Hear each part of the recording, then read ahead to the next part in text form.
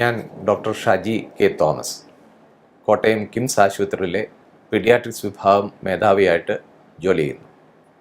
ഇന്ന് എനിക്ക് നിങ്ങളോട് സംസാരിക്കുവാനുള്ളത് കുട്ടികളിൽ കാണുന്ന ആസ്മ എന്ന അസുഖത്തെ പറ്റിയാണ്. ഇന്ന് കുട്ടികളുടെ കാഷ്വാലിറ്റിയിൽ അഥവാ അത്യാഹിത വിഭാഗത്തിൽ ഏറ്റവും കൂടുതൽ കുട്ടികൾ എത്തിപ്പെടുന്നത് ഈ അസുഖം മൂലമാണ്. ഒട്ടൊക്കെ ഇതിന് കാരണം അന്തരീക്ഷത്തിലുള്ള മലിനീകരണം വർദ്ധിച്ചു വരുന്നതാണ്. എന്താണ് ആസ്മ? ആസ്മ എന്നാൽ അതിൻ്റെ നിർവചനം വളരെ നേർത്ത ശ്വാസപാതകളിൽ, ലങ്സിനോട് ചേർന്നിട്ടുള്ള ചെറിയ ശ്വാസക്കൊഴലുകളിൽ അതായത് പാതകളിൽ ഉണ്ടാകുന്ന നീർക്കോൾ അഥവാ ക്രോണിക് ഇൻഫ്ലമേഷൻ. ഇത് പല കാരണങ്ങൾ കൊണ്ടാണ് സംഭവിക്കുന്നത്. ഇതിന് സാധ്യതയുള്ള ആളുകളിൽ, സാധ്യതയുള്ള ആളുകൾ എന്ന് പറയുമ്പോൾ പാരമ്പര്യ ജനിതകവും അതുപോലെ തന്നെ ജീവശാസ്ത്രപരമായ കാരണങ്ങളുണ്ട്. അതോടൊപ്പം അന്തരീക്ഷത്തിലുള്ള പല കോൺട്രിബ്യൂട്ടിംഗ് ഫാക്ടേഴ്സ് ഉണ്ട്. ഉദാഹരണം പറഞ്ഞാൽ അന്തരീക്ഷത്തിലുള്ള പൊടിപടലങ്ങൾ, ഡസ്റ്റ്, അതുപോലെ സ്മോക്ക്, അതുപോലെ ഏറ്റവും പ്രധാനപ്പെട്ട ഒരു ട്രിഗർ വൈറൽ ഇൻഫെക്ഷൻസ് ആണ്. വൈറൽ ഇൻഫെക്ഷൻസ്, അതുപോലെ പൂപ്പൽ, അന്തരീക്ഷത്തിൽ പൂപ്പൽ ബാധ ഉണ്ടെങ്കിൽ, അപ്പം അതുപോലെ ഹ്യൂമിഡിറ്റി, ഈർപ്പം കൂടുതലുള്ള അന്തരീക്ഷം, ഇങ്ങനെയുള്ള പല കാരണങ്ങൾ കൊണ്ട് അതിന് സാധ്യതയുള്ള ആളുകളിൽ ജനറ്റിക് ആയിട്ടുള്ളൊരു പ്രിഡിസ്പൊസിഷനുള്ള ഒരാളിൽ ഈ നേർത്ത ശ്വാസക്കൊള്ളുകളിൽ നീർക്കോളുണ്ടാകും. അപ്പോൾ അതെങ്ങനെയാണ് ആസ്മ ആയിട്ട് ഭവിക്കുന്നത്, എങ്ങനെയാണ് ശ്വാസതടസ്സം ഉണ്ടാകുന്നത് എന്ന് ചോദിച്ചാൽ, ഈ നേർത്ത ശ്വാസക്കൊള്ളുകൾക്കകത്തുള്ള ലൈനിങ് മെംബ്രെയിൻ വളരെ നേർത്ത ഒരു മെംബ്രെയിനാണ്. അതിന് നീർക്കോൾ വരുന്നു. അതോടൊപ്പം അതിൽ നിന്ന് ഒരു കഫം പോലെയുള്ള ഒരു സ്രാവം ഉണ്ടാകുന്നു. ഇത് രണ്ടും കൂടി ഇതിനകത്തുള്ള ആ സ്പേസ് അങ്ങ് ഫില്ല് ചെയ്യും. അപ്പോൾ പൂർണ്ണമായ ഒരു ശ്വാസ തടസ്സം, എയർ കടന്നു പോകാനായിട്ട്, ലങ്സിലേക്ക് എത്തുവാനായിട്ട് തടസ്സമുണ്ടാക്കുക ചെയ്തു.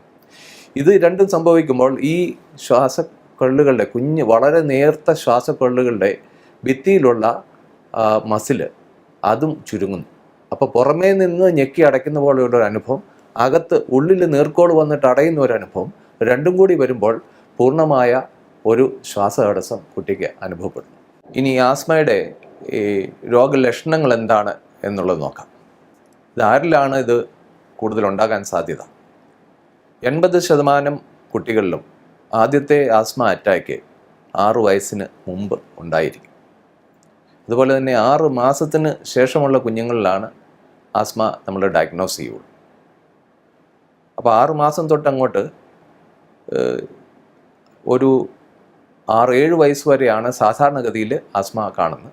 എന്നാൽ ചില കുട്ടികളിൽ ഇത് വീണ്ടും തുടർന്ന് യുവത്വത്തിലേക്കും മുന്നോട്ട് പോകുന്ന ഒരു സാഹചര്യമുണ്ട്. ഇവിടെ ആരിലൊക്കെയാണ് ഇത് വരാൻ സാധ്യത എന്നുള്ളത്, തീർച്ചയായും പാരമ്പര്യത്തിന് ഇതിലൊരു സ്ഥാനമുണ്ട്. കുട്ടിയുടെ മാതാപിതാക്കൾക്ക് ആർക്കെങ്കിലും ഒരാൾക്ക് ആസ്മയുണ്ടെങ്കിൽ കുട്ടിക്ക് ഇരട്ടി ചാൻസ് ഉണ്ട്. 2 പേർക്കും ഉണ്ടെങ്കിൽ 3 ഇരട്ടി ചാൻസ് ഉണ്ടെന്നാണ് പറയുന്നത്. അല്ലെങ്കിൽ ഒരു പിതാവിനോ മാതാവിനോ ഒരാൾക്ക് ആസ്മയുണ്ടാവുകയും അതുപോലെ സഹോദരങ്ങളിൽ ഒരാൾക്ക് ആസ്മയുണ്ടെങ്കിലും കൂടുതൽ സാധ്യതയുണ്ട്. എന്താണ് ആസ്മയുടെ ലക്ഷണങ്ങൾ? സാധാരണഗതിയിൽ നമ്മുടെ മനസ്സിൽ ഓടി വരിക ശ്വാസം മുട്ടി കഷ്ടപ്പെടുന്ന, ക്ലേശിക്കുന്ന ഒരു കുട്ടിയുടെ മുഖമാണ്. ഇതുകൂടാതെ ആസ്മയുടെ തുടക്കത്തിൽ അകാരണമായ ഒരു ചുമയാണ് പലപ്പോഴും കാണുന്നത്. ഈ ചുമ പലപ്പോഴും അതിനൊരു കാരണം പറയാൻ പറ്റുകയില്ല. ഈ ചുമ അധികരിക്കുന്നത് രാത്രിയിലായിരിക്കും. പലപ്പോഴും ചെറിയ തണുപ്പടിക്കുകയോ അല്ലെങ്കിൽ കൂടുതൽ ദീർഘമായി ശ്വാസം എടുക്കുന്ന സാഹചര്യങ്ങൾ, ഉദാഹരണം പറഞ്ഞാൽ ചെറുതായിട്ട് ഓടിക്കളിക്കുമ്പോൾ, കിതയ്ക്കുമ്പോൾ ചുമയുണ്ടാവും. അതുപോലെ തന്നെ കരയുമ്പോൾ, ചിരിക്കുമ്പോൾ, അതുപോലെ പാട്ട് പാടുമ്പോൾ, ഇങ്ങനെയൊക്കെ ദീർഘമായ ശ്വാസം എടുക്കുന്ന സന്ദർഭത്തിൽ ആ എയർവേ റിയാക്ടിവിറ്റി കൊണ്ട് കൂടുതലായിട്ട് ചുമയുണ്ടാകാൻ സാധ്യതയുണ്ട്. അത് ചില കുട്ടികൾക്കാണെങ്കിൽ നെഞ്ചിലൊരു ടൈറ്റ്നസ് അല്ലെങ്കിൽ ഒരു ഇടുക്കം പോലെയാണ് അനുഭവപ്പെടുന്നത്. വേറെ ചില കുഞ്ഞുങ്ങളാണെങ്കിൽ നെഞ്ചിൽ വേദന എന്നാണ് പറയുക. ഇതൊന്നുമല്ലാതെ വളരെ പ്രകടമല്ലാത്ത ലക്ഷണങ്ങളും ചിലപ്പോൾ ആസ്മയുടെ തുടക്കമാവാം. കുട്ടികൾ അവരുടെ സഹപ്രായക്കാരോട് ഒപ്പം കളിക്കുവാൻ സാധിക്കാതെ പെട്ടെന്ന് ക്ഷീണിച്ച് അവശനായി കയറിയിരിക്കുക, ഇതൊക്കെയും ചിലപ്പോൾ ഉള്ളിൽ അറിയപ്പെടാതെ പോകുന്ന ശ്വാസതടസ്സത്തിൻ്റെ ലക്ഷണങ്ങളാവാം. ഇപ്രകാരം ഉള്ള ലക്ഷണങ്ങളാണ് പലപ്പോഴും കുട്ടികളിൽ ആസ്മ ഉണ്ടാകുമ്പോൾ സംഭവിക്കുക. ആസ്മ എങ്ങനെയാണ് ഡയഗ്നോസ് ചെയ്യുന്നത്? വിശദമായ ഒരു ഹിസ്റ്ററി എടുക്കുകയും പ്രോപ്പറായിട്ടുള്ള ഒരു ക്ലിനിക്കൽ എക്സാമിനേഷൻ നടത്തുകയും ചെയ്താൽ ആസ്മ ഡയഗ്നോസ് ചെയ്യാൻ സാധിക്കും. മറ്റ് ലാബറട്ടറി പരിശോധനകളുടെയോ അല്ലെങ്കിൽ എക്സ്റേയുടെയോ മറ്റ് സങ്കേതങ്ങളുടെയൊക്കെ ആവശ്യം തെല്ലുമേ കുറവാണ്. എന്നാൽ മറ്റ് പൾമണറി ഫങ്ഷൻ ടെസ്റ്റ് അതുപോലെയുള്ള ടെസ്റ്റുകൾ കൊണ്ട് നമുക്ക് ഈ ആസ്മയുടെ ഡയഗ്നോസിനെ സഹായിക്കുന്ന ചില ഇൻഫറൻസസ് നമുക്ക് എടുക്കാൻ സാധിക്കും. ആസ്മ എങ്ങനെയാണ് ചികിത്സിക്കുക? ആസ്മയുടെ ചികിത്സയിൽ അത് പലപ്പോഴും ആസ്മയുടെ സ്വഭാവം അനുസരിച്ചാണ് ചികിത്സ. ഇപ്പോൾ 2 തരത്തിലുള്ള ആസ്മയുണ്ട്. ഒന്ന് ഇൻ്റർമീഡിയൻ്റ് ആസ്മയുണ്ട്, അതുപോലെ തന്നെ പെർസിസ്റ്റൻ്റ് ആസ്മയുണ്ട്, നീണ്ടു നിൽക്കുന്ന ആസ്മയുണ്ട്. അതനുസരിച്ച് ആ ചികിത്സയിലും വ്യതിയാനമുണ്ട്. ചികിത്സ 2 തരത്തിലാണ്. ഒന്ന് മരുന്നുകൾ കൊണ്ടുള്ള ചികിത്സ, 2 അവരുടെ വീട്ടിലെ സാഹചര്യങ്ങൾ ക്രമപ്പെടുത്തുന്ന വഴി പിന്നീട് ആസ്മ ഉണ്ടാവാതെ ഇരിക്കാനുള്ള മുൻകരുതലുകൾ. ഈ 2 രീതിയിലാണ് ആസ്മ ചികിത്സിക്കുക. മരുന്നുകളെന്ന് പറയുമ്പോൾ കഴിക്കുന്ന മരുന്നുകളുണ്ട്, ഇൻഹേലർ മെഡിസിൻസ് ഉണ്ട്. കുറച്ചുകൂടെ ബ്രോഡായിട്ട് പറയുകയാണെങ്കിൽ controller medicines and reliever medicines.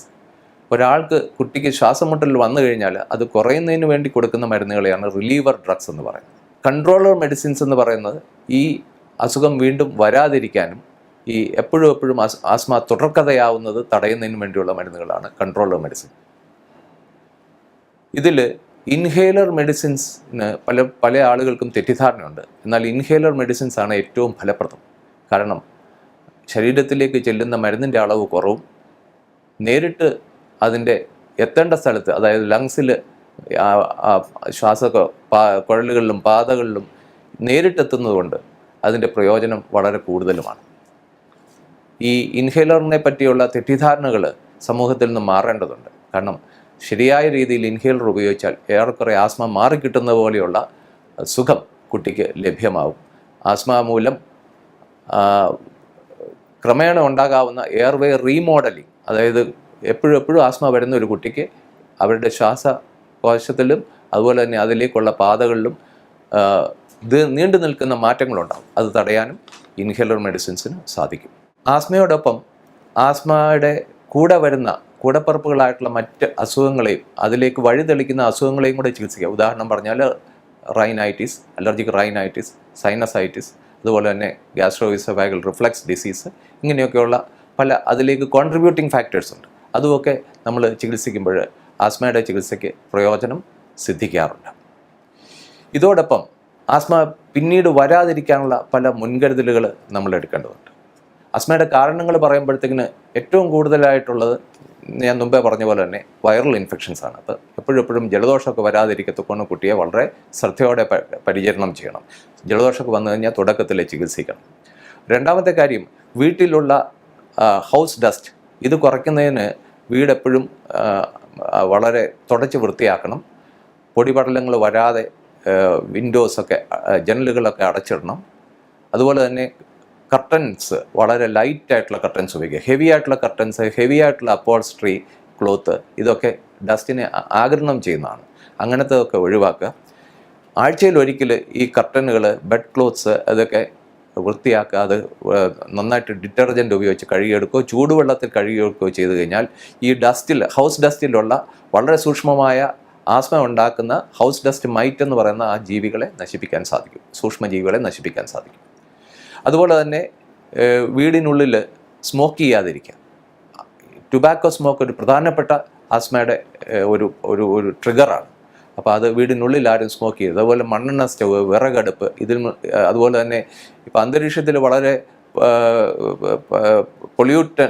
പൊല്യൂഷനുള്ള സ്ഥലങ്ങളാണെങ്കിൽ അവിടെ നിന്ന് മാറി താമസിക്കുക. ഇങ്ങനെയൊക്കെ അന്തരീക്ഷത്തിലെ മലിനീകരണം കുറയ്ക്കുന്നതുകൊണ്ട്, സ്മോക്ക് കുറയ്ക്കുന്നതുകൊണ്ടും ആസ്മ തടയാനായിട്ട് സാധിക്കും. അതുപോലെ തന്നെ വീടിനുള്ളിൽ രോമം കൊഴിയുന്ന, അതുപോലെ തൂവലുള്ള വളർത്തു മൃഗങ്ങളെയും പക്ഷികളെയും വീടിനുള്ളിൽ വളർത്തരുത്. ഇവയുടെ ദേഹത്തിൽ നിന്ന് പൊഴിയുന്ന രോമവും അതിനോട് ചേർന്നുള്ള ത്വക്കിലെ ചെറിയ കണങ്ങളും ആനിമൽ ഡാൻഡ്രർ എന്നാണ് പറയുന്നത്. ആസ്മ വളരെയധികം അധികരിക്കാൻ ഇടയാക്കുന്ന സംഗതികളാണ്. അതുപോലെ വീടിനുള്ളിൽ പാറ്റ, എലി ഇങ്ങനെയുള്ള ക്ഷുദ്രജീവികൾ ഇവയുടെ സാന്നിധ്യവും ആസ്മയിലേക്ക് വഴിതെളിക്കാറുണ്ട്.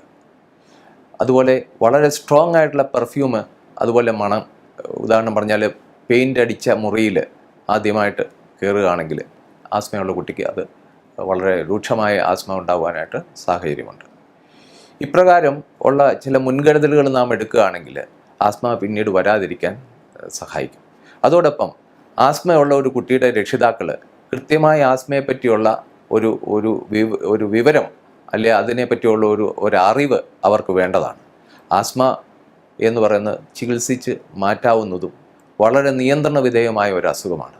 അതിൻ്റെ തുടക്കത്തിൽ തന്നെ വേണ്ട തരം ഇൻഹേലേഴ്സ് ഒക്കെ ഉപയോഗിക്കുകയും അതുപോലെ ഡോക്ടറെ കണ്ട് ഡോക്ടറുടെ നിർദ്ദേശാനുസരണം നടപടികൾ എടുക്കുകയും ചെയ്തു കഴിഞ്ഞാൽ ആസ്മ കുട്ടികളിലൊരു പ്രശ്നമേ അല്ല. അതുമൂലമുള്ള അവരുടെ ക്ലാസ് നഷ്ടങ്ങളും അതുപോലെ തന്നെ ശാരീരിക ക്ലേശങ്ങളും ഒക്കെ ഒഴിവാക്കുവാൻ നമുക്ക് സാധിക്കും.